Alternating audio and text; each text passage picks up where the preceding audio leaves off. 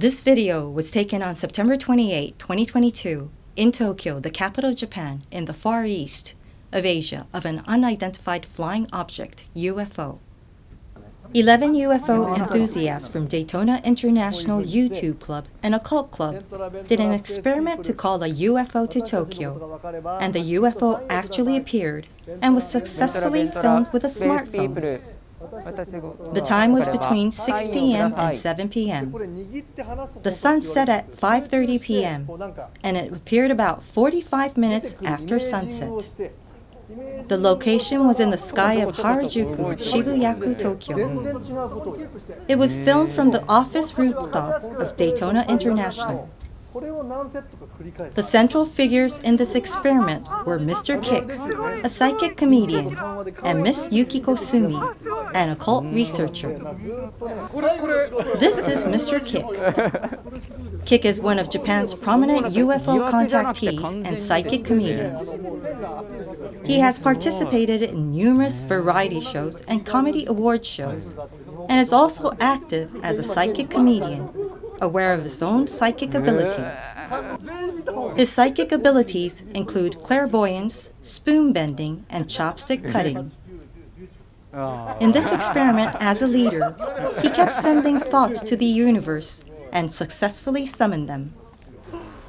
He says, "There are many ways to summon UFOs, but chanting Ventura is the most effective way to transmit thoughts. I did a project to call a UFO on TV before, and it suddenly appeared when I was preparing for a video shoot. I am sure that the thoughts are reaching them. When I told them that it might appear again today, it did. It was a UFO. It even transformed in the process and looked like a boomerang-shaped UFO.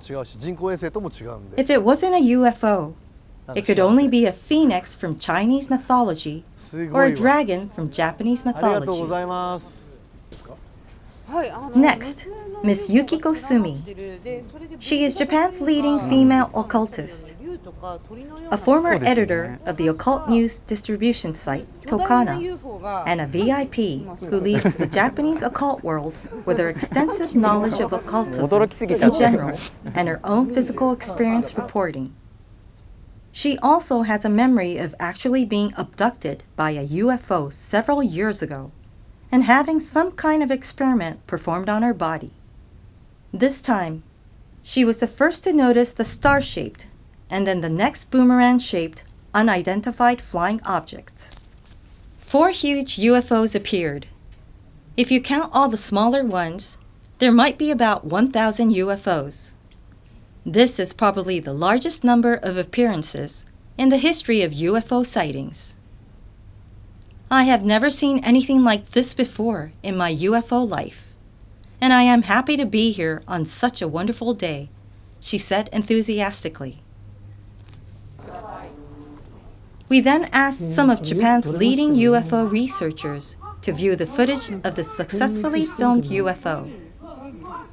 UFO paranormal researcher Mr. Junichi Yaoi, 87 years old, born in 1935.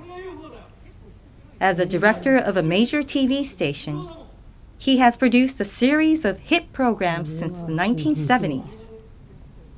It is no exaggeration to say that Japan's occult boom started with him.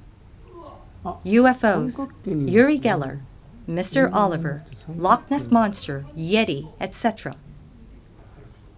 He couldn't help but smile to the classic spell to call UFOs Ventura, but has praised the well-shot images over and over. The photographer must have been happy with the recognition from the god of the occult.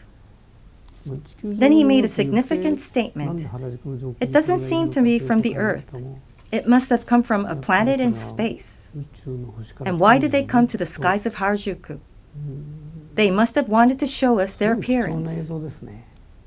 Next, Mr. Kunihiro Kawahara, coordinator of the Worldwide Occult Network.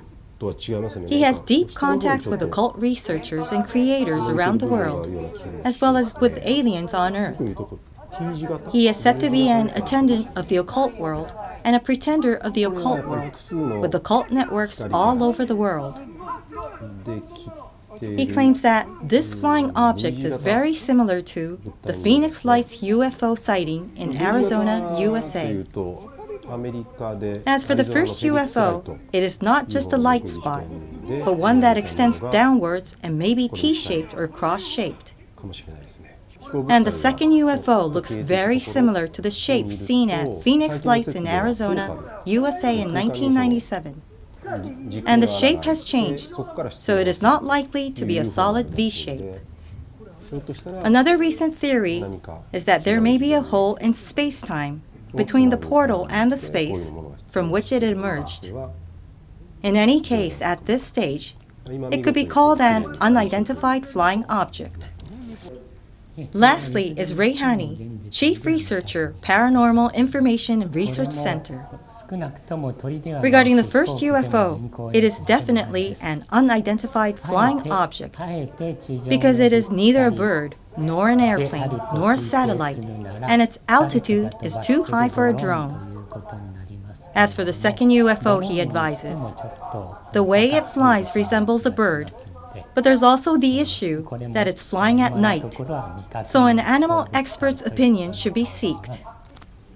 As a comment from all the experts, it can be concluded that it can be called an unidentified flying object since it cannot be said for sure at this stage.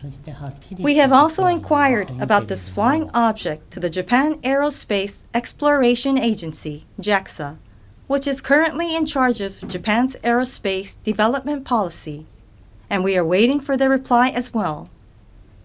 It seems that further verification is still needed. We would like to get feedback from UFO researchers, experts, and viewers around the world, so please share your thoughts.